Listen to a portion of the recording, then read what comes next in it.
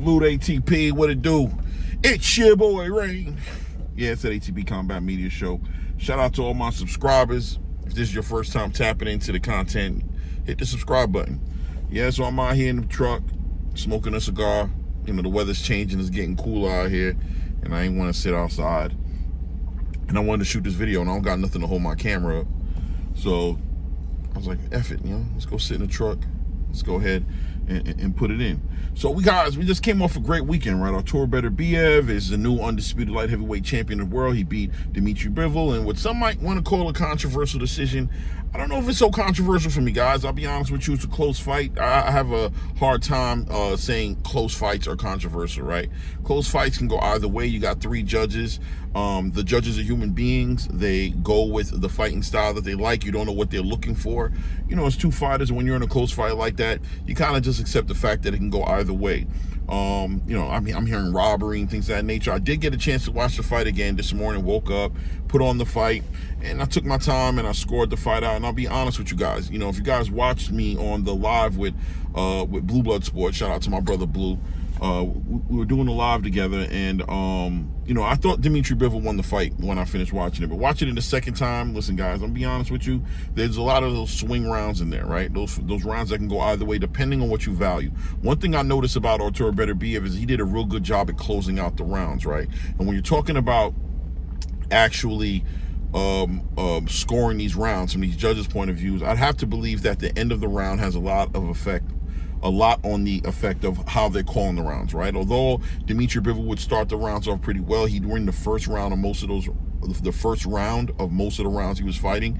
He did a pretty good job at doing that, but Artur Beterbiev was given opportunities by Benavidez ultimately, because Benavidez was fighting a bit of a different fight than what we thought he would fight, right? I'd say the second half of the fight, he got more into moving around the ring and boxing and doing what we expected him to do. But in that first half of the fight, he spent a lot of time standing in there. He would trade with Artur Beterbiev. And look, as a fan, we appreciate that. We got to see a real good fight. But it would seem, though, at the end of those exchanges, let's just say anywhere from 5 to 10 punch exchanges, right, that in that exchange, Artur Beterbiev would get the best of it towards the end of the exchange, and then what you'd see Benavidez begin to retreat, right? Or what some would say boxing, but it would look like you're retreating if you're losing an exchange. If Artur Beterbiev is starting to get the best of an exchange, and now you started to use your lateral movement and you're moving around the ring, well, from the outside looking in, it could look like you're retreating, and from a judge's point of view, it would look like, it could look like Artur Beterbiev's aggression is working out better, right? Like that his game plan is the one that's working out. And I think Artur Beterbiev was able to walk away with a lot of those rounds based off of that. And then in the second half of the fight, what you're going to notice is Benavidez was starting to slow down a little bit, especially obviously in what they call the championship rounds, right? Shout out to Ross Clot, one of my guys that come over to the lives when we're doing the lives. He said there's no such things as championship rounds. I feel you, brother, right? But it's just known, throughout the space. It's pretty much commonly understood that you do have championship rounds, and these last 3 rounds tend to affect the way a fight can go, right? When you guys look at, I'll give you an example of Oscar De La Hoya fighting Felix Trinidad, right? Shout out to Tito Trinidad and Oscar De La Hoya. In his heyday, he had a match with Trinidad where he won pretty much convincingly the first half of the fight, but in the second half of the fight, he began to lay off, and especially in the quote-unquote championship rounds, he gave up those rounds. Felix Trinidad was able to capitalize, give a great dominant performance in those rounds, was able to impress the judges, and ultimately Felix Trinidad was able to walk away with a victory. In this situation, you might say it's kind of almost close to the same thing, right? Where Benavidez had a lot of success early in the fight, but as the fight started to progress, Artur Beterbiev, and you have to give him and acknowledge the way he approached the fight, how it affected Benavidez, because throughout the whole fight, Artur Beterbiev applied relentless pressure, right? Never stopped walking Benavidez down, never stopped looking for a way to win the fight, and more importantly, at the end of each one of those rounds, really turning it up and forcing Benavidez to have a very high output, not in just regular punches, but in power punches, right? So that was obviously draining his energy to a certain degree. When you get into that second half, latter end of the match, you start to see the effect of that, right? You start to see the effect of Artur Beterbiev's pressure, the body work, hitting on the gloves, and you could see on Dmitry Bivol's face that he had bruising and things of that nature on his face, and he wasn't. Artur Beterbiev wasn't necessarily landing the cleaner shots, but how effective were the punches? Which we'd consider the punches to be effective, looking at the damage that he ultimately was inflicting on Dmitry Bivol. So I had no problem with it. After I watched the fight the second time around, I'm gonna be honest with you guys, I did have it. I had it 5-6, right? And don't shoot the messenger, because I know there's 12 rounds, but there was a significant round for me, particularly in round 5, which I think was a swing round, but a big swing round, because there were other rounds that could have been considered swing rounds, but that round to me was very telling, right? And then of course you had round 7 as well, which is where I think Dmitry Bivol had his cleanest shots that he landed, and he looked like he might even hurt Artur Beterbiev, but once again, he's staying too long inside of that melee. The punch exchange went anywhere from 7 to 12 punches inside of that exchange, and ultimately what ended up happening, Artur Beterbiev was able to steal that thunder from Dmitry Bivol, where we saw success in what Dmitry Bivol was doing. All of a sudden, you saw Artur Beterbiev come up from behind and actually was able to close the round out in a very dominating way. Some people might have given Dmitry Bivol that round based on the fact that he was looking good up to that point, but I do believe that that round right there was a sensitive round as well, that a lot of judges probably were heading towards Dmitry Bivol's way and direction, but end up having to give it to Artur Beterbiev just based on the effectiveness of the offense that Artur Beterbiev was able to muster up and inflict on Dmitry Bivol. So look, at the end of the day, I scored it 6 rounds of 5, not including that 5th round. That 5th round is up for argument. If you wanted to give it to Dmitry Bivol, that would have made it a draw, right? A 6-6 or 114-114 a matchup. But if you did give it to Beterbiev, which it looks like some of the judges would have done that, or at least one of the judges did, you're looking at the 115 to 112 scorecard. The 116-112 scorecard, listen, I don't see that being the case for me to call it a 116-112. People are calling it a travesty. I don't know if I'm willing to go there. I'll say it like this. There were swing rounds in there, right? There were rounds in there where you could have gone one way or the other. And if you could take one round and give Artur Beterbiev a 115-112, you could find another round in there where what Artur Beterbiev brought to the table was respected a little bit more. Power punching, pressure, holds a lot of weight in these fights, right? And unfortunately, when you get into these judges' hands, you get to that point where you're dealing with what they like. The judges are going to, score the fight according to their preference and what they like to see in boxing. And I know a lot of people would love to say, listen, that's not right. There should be just one standard criteria across the board for how fights are being judged, but we all know that's not the truth. So we can live in la la land, or we can accept the fact that this has been the case for boxing. I don't think there was any corruption or anything going on like that. I just believe styles make fights, and styles get judged by judges accordingly, right? Judges favor certain styles over other styles. They feel like it's more of one guy may be making the fight happen, the other guy may just be there to be there. In this case scenario, one could argue that Beterbiev was making the fight, always pursuing and looking to make the fight happen. And then you had another guy who at points looked like he was trying to survive in the ring, right? Especially, like I said, in those latter half championship rounds, right? It looked like, Dmitry Bivol finally was falling to his to the work and effort that he put in that first half of the fight, and it looked like his conditioning may have gotten into question a little bit, as well as Artur Beterbiev's power ultimately might have had him at bay a little bit. Now, one thing I'll say as well is that Artur Beterbiev boxed a lot more in this fight, and I think people were expecting him to fight more.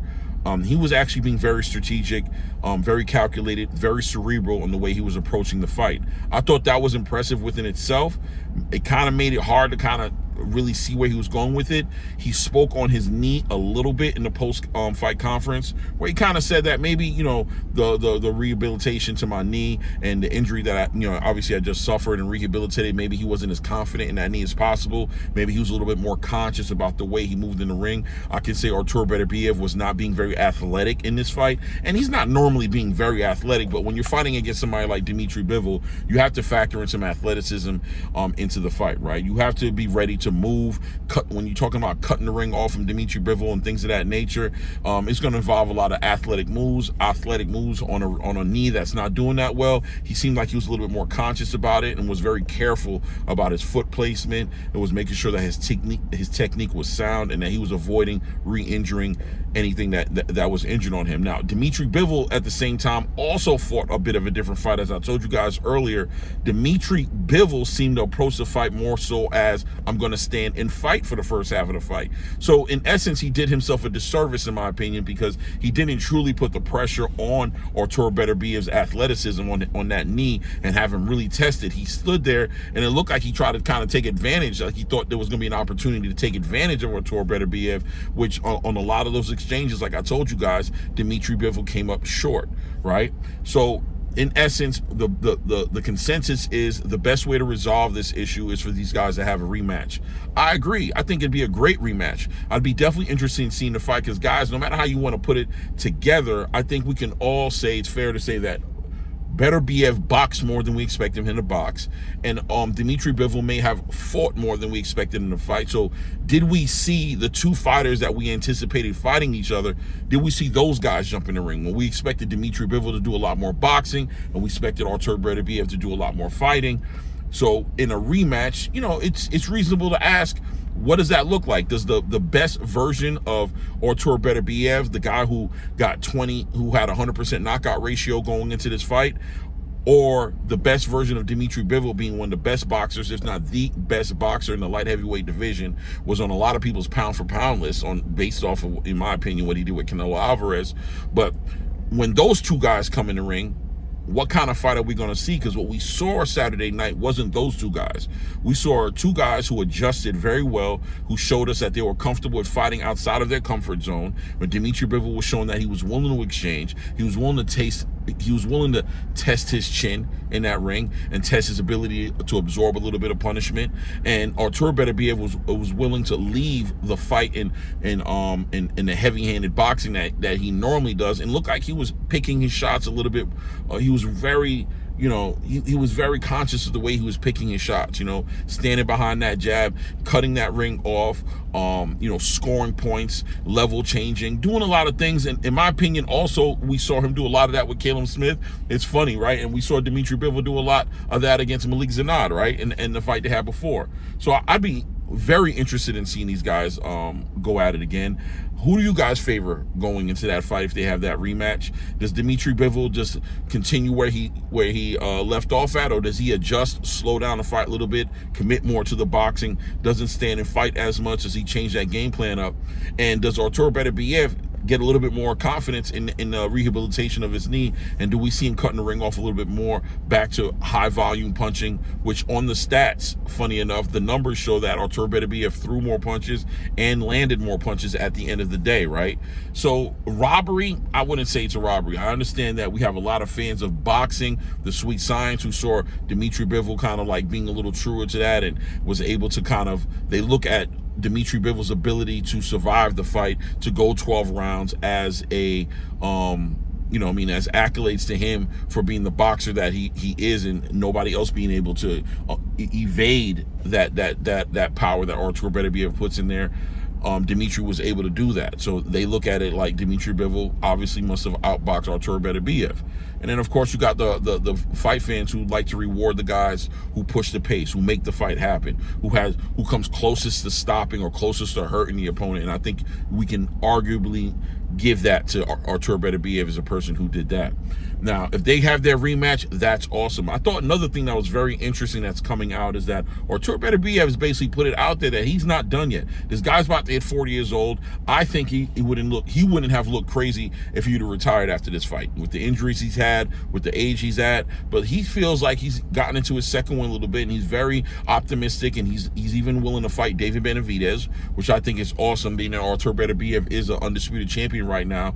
If David Benavidez, who's scheduled to fight against David Morrell, I believe they're looking to do that towards the end of January. If he's able to find success in that fight, then either one of those guys, David Benavidez or David Morrell, look like they may get an opportunity at becoming a unified or undisputed champion.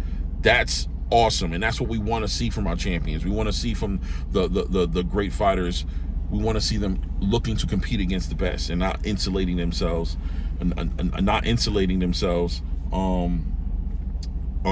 once they hit a certain amount of success, right?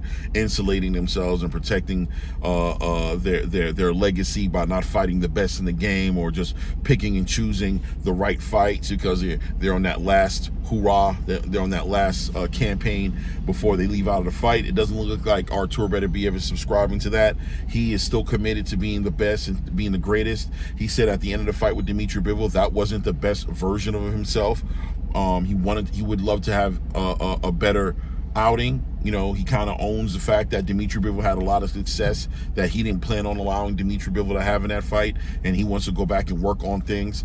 And also, you know, saying that, you know, his conditioning was good as far as like his ability to go 12 to 15 rounds, whatever they want to give him. But ultimately, he was conscious and aware of that knee, and he was operating with that thought process. Understand that he didn't want to re-injure himself in that fight. So, you know, I'm looking forward to seeing it all, man. And I wish a lot of other boxers would subscribe to that energy, right? We got a lot of fighters in the game right now that are great on the eye test alone. And one thing Turki Al-Sheikh has done, and people can say whatever they want to say about Turki Al-Sheikh, but one thing that they can definitely say about him is that his cards are competitive. And if you come on that card, no matter what the consensus is on who you are and what you've done and how great you are, you're going to earn it in there, right? We're going to find out who's who on Turki Al-Sheikh's platform, and we can appreciate that and should appreciate that as boxing fans. Now, boxers, on the other hand, they have choices to make, right?